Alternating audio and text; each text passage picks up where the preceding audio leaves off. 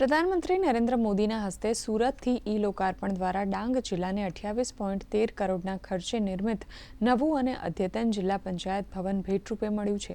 આ પ્રસંગે આહવા ખાતે ગુજરાત વિધાનસભાના નાયબ મુખ્ય દંડક વિજય પટેલ અને જિલ્લા પંચાયત પ્રમુખની ઉપસ્થિતિમાં નવનિર્મિત ભવનમાં ગૃહપ્રવેશનો કાર્યક્રમ યોજાયો હતો।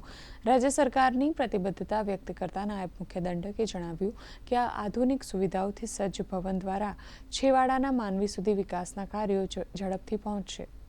અહીં નવું ભવનમાં આજે જ્યારે પ્રવેશ કર્યો છે ત્યારે અહીં દૂર દૂર ગામડામાંથી જે પણ કોઈ ગરીબ શરીફ કે ગમે તે પણ પ્રકારનું કામ લઈને આવશે અને અમે ચોક્કસપણે જે કામને કઈ રીતે નિરાકરણ કરવું એ અમે ચોક્કસ અહીંથી બેસીને ગરીબ માણસને પણ ન્યાય મળશે અને તમામ લોકોને જે પણ અહીંથી કામ લઈને આવશે એ નિરાશા થઈને નહીં જશે।